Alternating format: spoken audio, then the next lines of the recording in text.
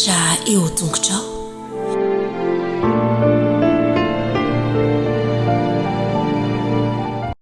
Faly miarabantsika tsirairay avy-indray tonga eto mifandraisana ny lesona ho an'ny lehibe sika amin'ity anio ity fisaorana ihany koa no atolontsika n'Andriamanitra iray izay manome ny tsara indrindra trano antsika ary koa mbola manovo hery antsika amin'ny alalan'ny teniny.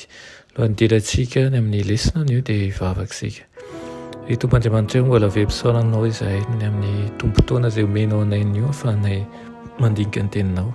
Mangataka aminao raha eo mba hoeto ankehitrina na zava ny teninao araka ny sitraponao aminay ary aoka ho tany lonaka tokoa anay ny fonay. Amin'ny anaran'i Jesosy, amen. Lohateny lesonantsika androany dia manao hoe ny arivo-taona eto an-tany.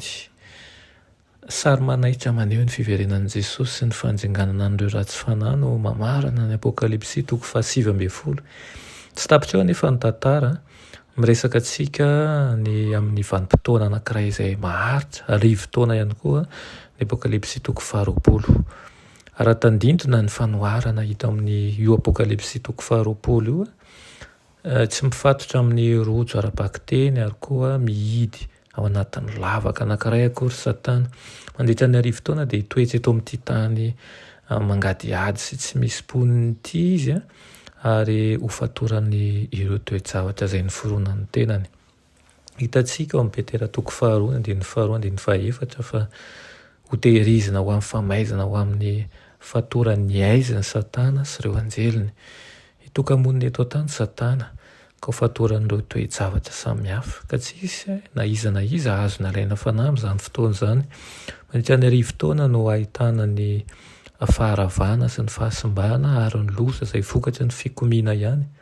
Ny teny Grika nadika hoe lavaka tsy hita noanoa no ampiasaina ao amin'ny hoe septante mba ilazana ny toetry ny tany tamin'ny famoronana.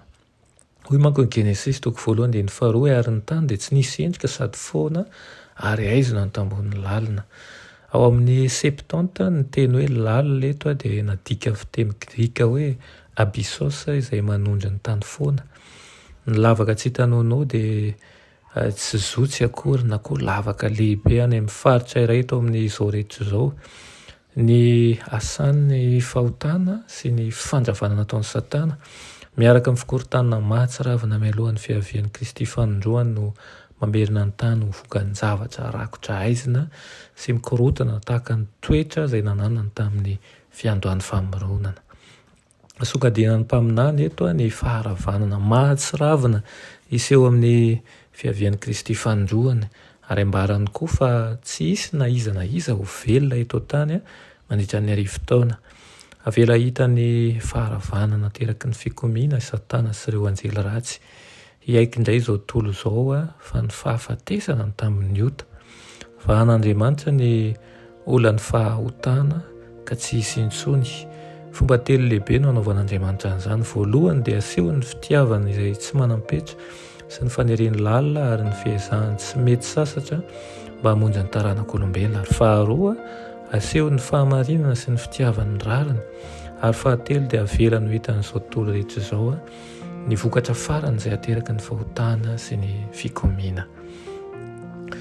Irian'Andriamanitra tokoa isika halalan'izany rehetra izany mba ahafantarantsika sy ahafahantsika misafidy ihany koa ny tsara indrindra dia ny fiankitana amin'Andriamanitra. Aoka tsy ho angano na zavatra mety efa fandrehinao ny mahakasika an'izany. Fa nosika anao ho amin'ny fahavononana ny amin'ny fiavian'ny Tompo tsy ho ela any amin'ny raon'ny lanitra ka hitoetra ao amin'ny toeam-panaharaka an'Andriamanitra tokoa ny isika. Amen. Reranay tsara indrindra mbola vempisaoranao izay ny amin'izany teninao izany. Misaotra anao ihany koa ny amin'ny fitantananao ny manokana, ny amin'ny toe-javatra rehetra satria fantatray fa miara-miasa tokoa ny zavatra rehetra soa izay tianao eo amin'ny fiainanay. Ankahirezo ny tsirairay avy ary aoka ny fanainao masina tsy hasaraka anay fa hombanay hatrany. Amin'ny anaran'i Jesosy, amen. Mianatra eo tongotrao.